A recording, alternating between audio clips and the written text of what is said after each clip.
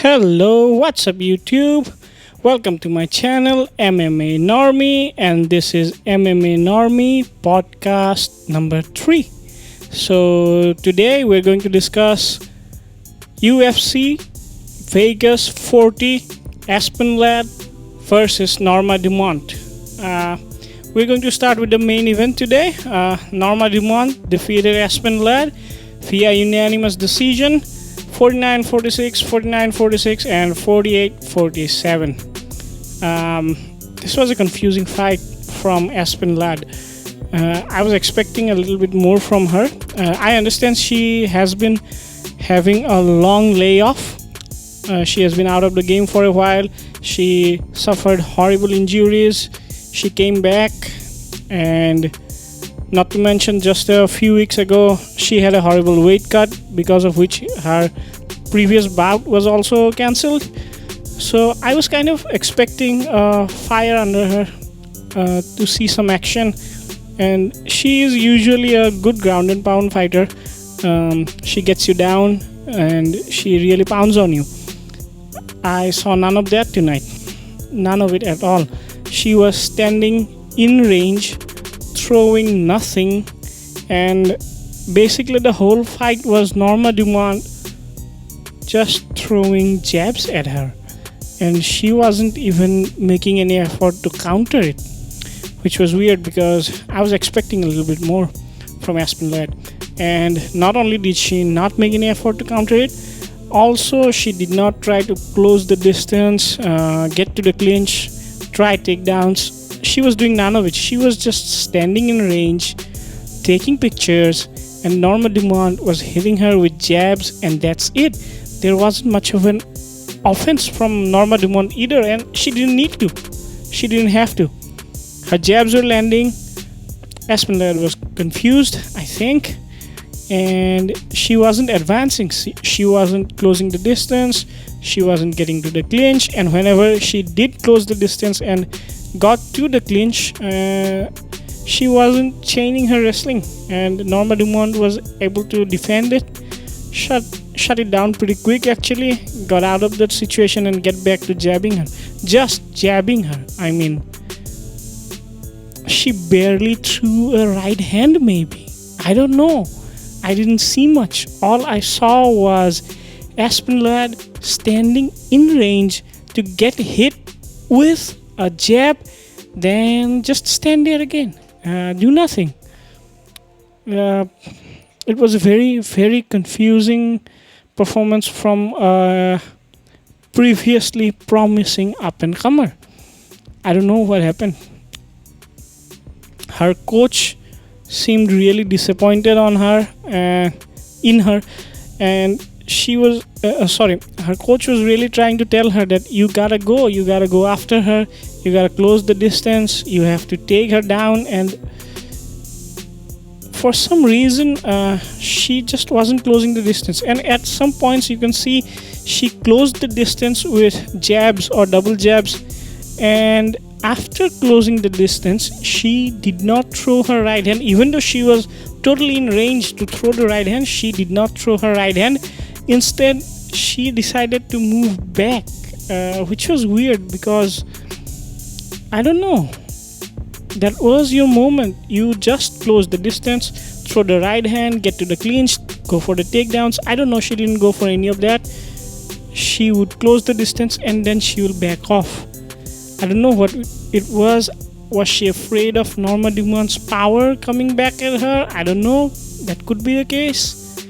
But either way, it did not look good. Aspen Ladd looked like she had a really terrible fight. I don't know which just gave her 48-47. I just did not see her winning anything. It was just Norma Dumont throwing jabs at her, and she wasn't countering anything. And whenever she was trying to advance, she wasn't advancing with combinations. Nothing, basically.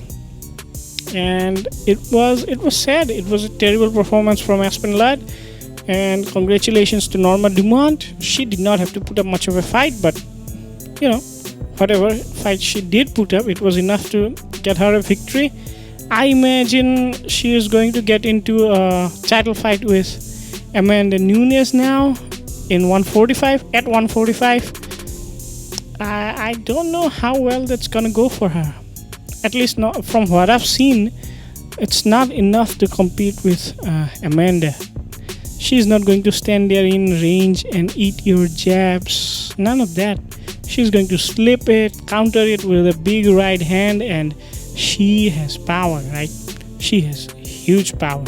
So for this fight, throwing jabs is all that Normie Dumont needed to do. That's what she did. She got the victory. Congratulations to her. Aspen Ladd really needs to figure out. I think she's in her own head. She did not do a good performance at all. She needs to go back to the drawing board, figure her game out, because this one did not pan out well. And, long layoff could be a reason for it. Maybe she'll come back better next time. Maybe she had some jitters. Who knows? Either way, it was a terrible performance from Aspen Ladd. It was a pretty boring fight. I don't know if anybody was excited to see this fight. Either way, Normie Dumont got the victory, and I hope she has one hell of a game plan for Amanda Nunes, because she's gonna need it. And from that, let's move on to the co-main event. Andre Arlovski versus Carlos Felipe. Carlos Felipe had a cool hairstyle. I think he said it's in tribute to Charles Oliveira, which is pretty cool. His countryman, current lightweight champion. And however, as far as the fighting skills goes, Carlos Felipe is clearly many steps behind Charles Oliveira. So as far as this fight goes, judges scored this 29-28, 29-28, and 29-28 across the board, which seems fair. So Andre Arlovski comes out in the first round, moving very well. His footwork nice, really nice. He is really circling the cage, and he's throwing good head kicks. He was mixing up with leg kicks. He threw some straight push kicks to the body. I mean, he was really stifling Carlos Felipe with his kicking game in the first round, and he did not even need to use his hands very much, which is I think very good for Andre Arlovski, because I don't know how good his chin is at this point. I don't think even he knows how good his chin is at this point. He did not try to rely on it much in the first round. He was throwing jabs here and there, he was throwing 1-2, but he was trying to rely on his kicks, and it was working. He threw some powerful body kicks as well. So Andre Arlovski did really well in the first round, and in the second round he tried to repeat the first round. He was still moving well, but you can see he was getting tired towards the end of the round. Carlos Felipe was starting to close the distance and throw some hands. Andre Arlovski did well to eat them though. He was moving well with the punches. Whenever it did land, he moved with it, and he countered with some good hooks as well here and there. Overall, it was a good scrap, but coming to the third round, you can really see Andre Arlovski got tired. He is a large man. He's heavyweight who was trying to implement a lightweight bantamweight style game, and he was trying to move. He was trying to throw jabs, circle around. He was doing it well. You have to give him that. He was doing it well. He was landing good head kicks at points. Felipe did well to block them, but some of it got through. He landed good body kicks. He landed nice leg kicks here and there. And in the third round, fight kind of got competitive because Carlos Felipe kind of came alive, because Andre Arlovski was fully spent. He was really tired. He was trying to lean on Carlos Felipe, but Carlos Felipe was also tired. So whenever he did close the distance after throwing hands, he would get into the clinch and try to rest along with Andre Arlovski. I think that helped Arlovski. He did not take too much damage from it, but he ate a few big hands big right hands, big left hands, but he was okay for the most part, and he was still throwing back in the third round, but he was getting visibly tired, and he still had 2 rounds in the bag. I thought it was the fair decision. He clearly won the first 2 rounds. Third round was competitive, but you can give it to Carlos Felipe. However, it wasn't like very dominant or anything, because Andrei Arlovski landed his shots here and there as well. So overall, it was it was a heavyweight scrap. What do you expect, right? But it was good. I'm very happy to see Andrei Arlovski win, and commiserations to Carlos Felipe. I'm sure he will come back better. He needs a lot of adjustments in his game, especially his kicking game. I did not see any of it.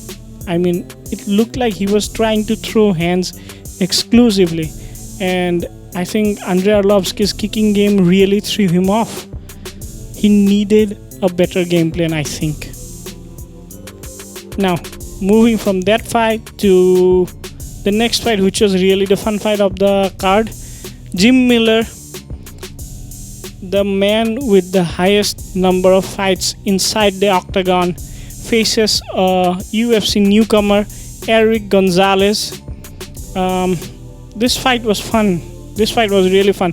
I thought Eric Gonzalez was looking good in the first round, but Jim Miller was trying to enact a kicking game, which was pretty good.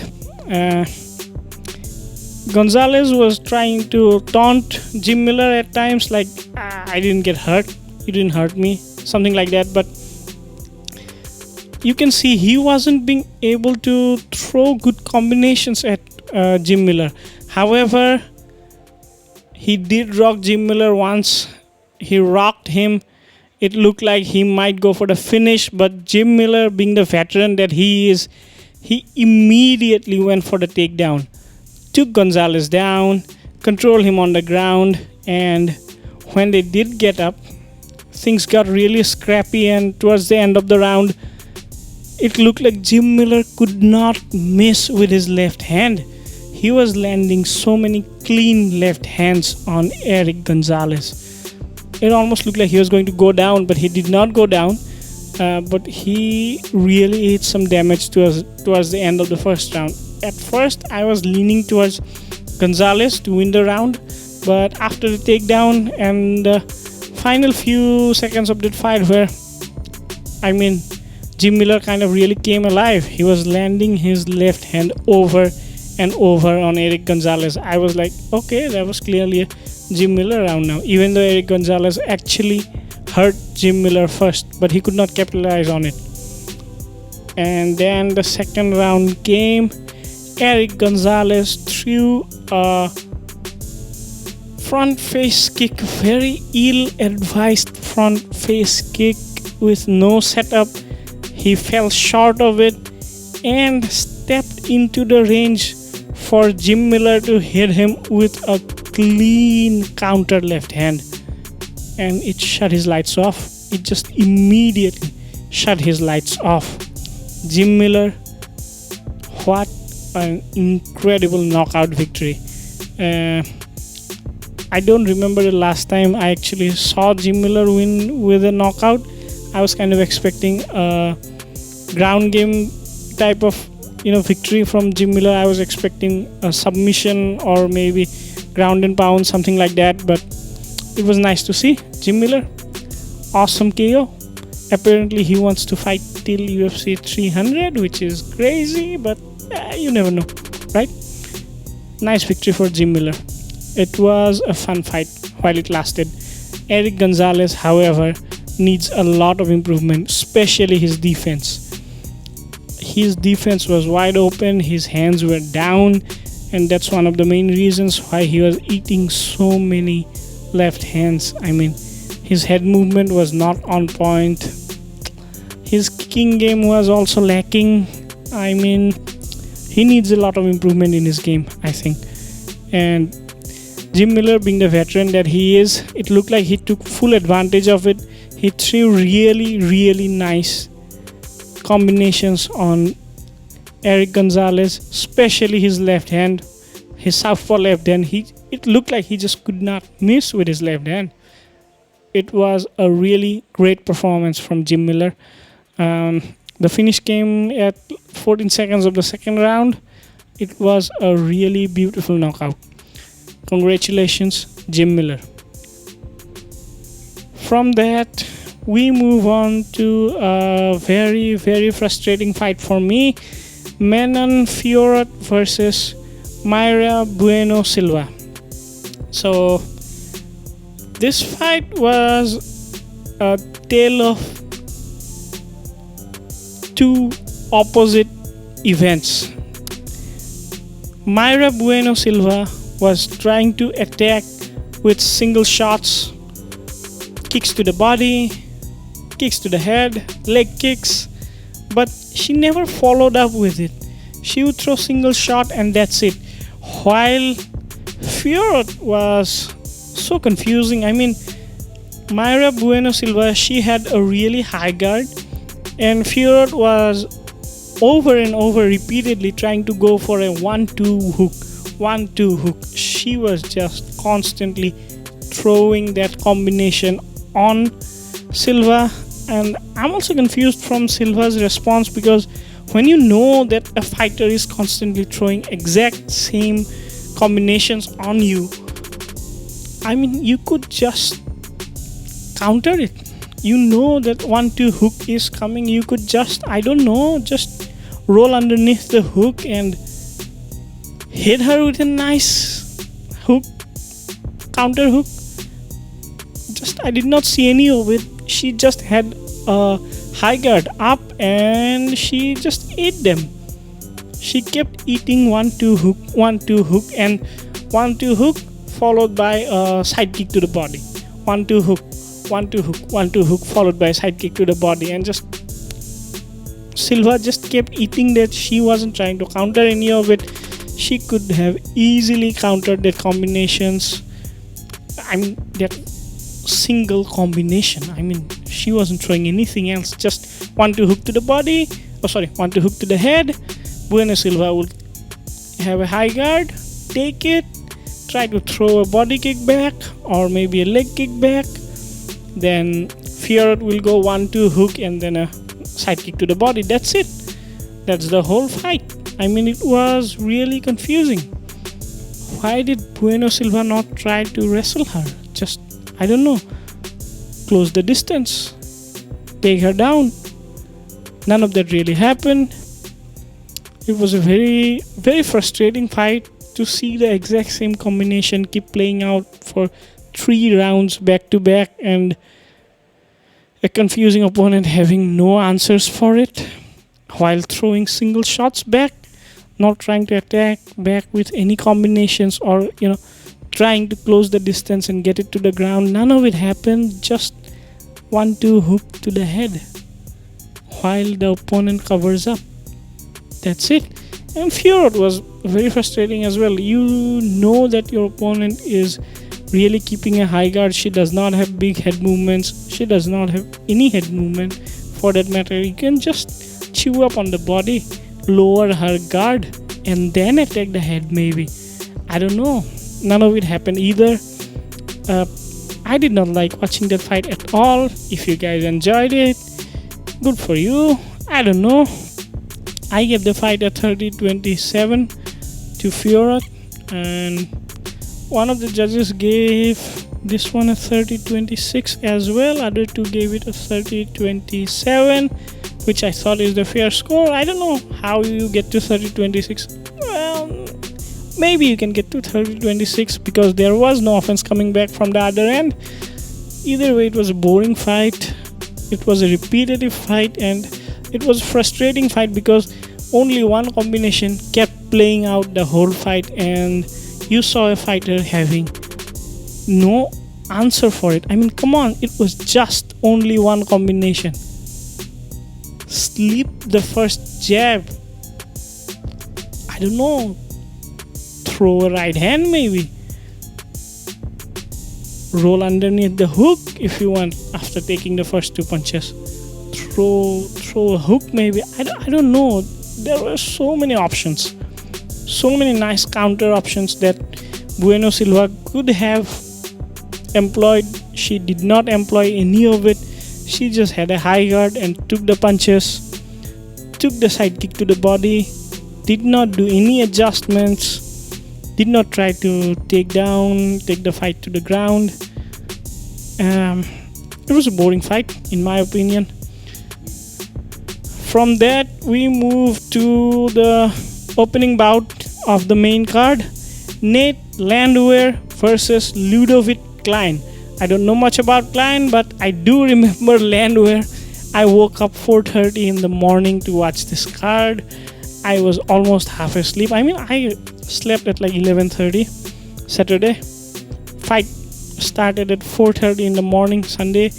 I barely had, I don't know, 4 or 5 hours of sleep, maybe 4 hours of sleep.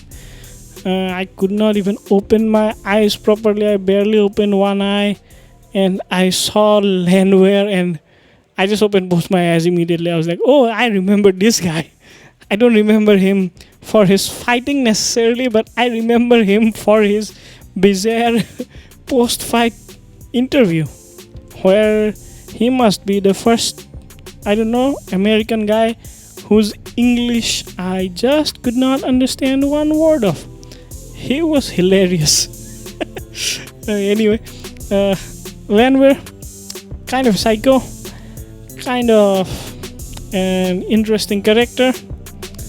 I had to see that fight. I kind of got away from my sleep, woke up, started watching the fight, and I'm really glad I actually watched this fight because this was fun. Klein was young. I think he's in his mid-20s. I forget whether it was 25, 26, something like that. So there's time for him to improve. Nate Landwehr apparently is 33 years old. I did not realize he's that old, but either way, it looks like Nate Landwehr thrives in the chaos. But Ludovic Klein, he wants to keep this fight clean. He wants to keep pot shotting at you from distance, from range, and he really had good weapons from range. Right hand, left hand, both firing really well. Kicks really well. At first, as the first round was going on, I was really inclined to give that round to Ludovic Klein for the most part. He was doing very well from range. He was throwing good combinations from range, but Nate Landwehr, towards the end of that fight, he started putting it on Ludovic Klein in the first round, and you can see Klein was really uncomfortable when Landwehr started to close the distance and just threw caution to the wind. Some of it landed, some of it seemed to hurt, Ludovic Klein. And as the round ended, I thought, you know what? I think I'll give that round to Landwehr. Then the second round starts. It was a good scrap. At the start of the round, you can see every time Landwehr having a little difficulty closing the distance. He was having a little difficulty trying to get his combinations off, but Klein was actually comfortable at that point. He was comfortable being in range and throwing his weapons from range, not letting Landwehr get close to him, not letting him throw combinations at him from close gaps. But as the round progresses, Nate Landwehr gets reckless, and that's when he starts having success. I mean, he landed really nice knees from the clinch. He really landed nice elbows, not many elbows, but a lot of knees. And then in close distance, he was landing big right hand. You can see it hurt Landwehr. In the second round as well, towards the end of it, again, the fight got close. I mean, Nate Landwehr at one point had a choke attempt, an anaconda choke attempt at Ludovic Klein as well. But you can see that It wasn't very tight. Landwehr was trying to readjust his grip while applying the anaconda choke. Still wasn't tight enough. Klein got out of it, but after he got out of it, he kind of ate a lot of right hands, and Landwehr really went after him, trying to hurt him. And you can see that Klein is not comfortable in close range. He fights well when they are fighting from range. They are fighting from long distance. He's more comfortable as soon as the fight gets close, fight gets dirty. Landwehr was able to land his shots, and in the third round, it was basically the repeat of the same thing. Landwehr was able to back Klein up to the cage, employ thigh clinch, land really good knees on him, and when Ludovic Klein tried to take him down, he had really good takedown defense, which he converted into an anaconda attempt. Rolled. This time the choke was tight, and Ludovic Klein was tired at that point. You can see it, and choke was also getting tighter. Landwehr got the tap in the third round. It was a really good anaconda choke. The setup was really nice.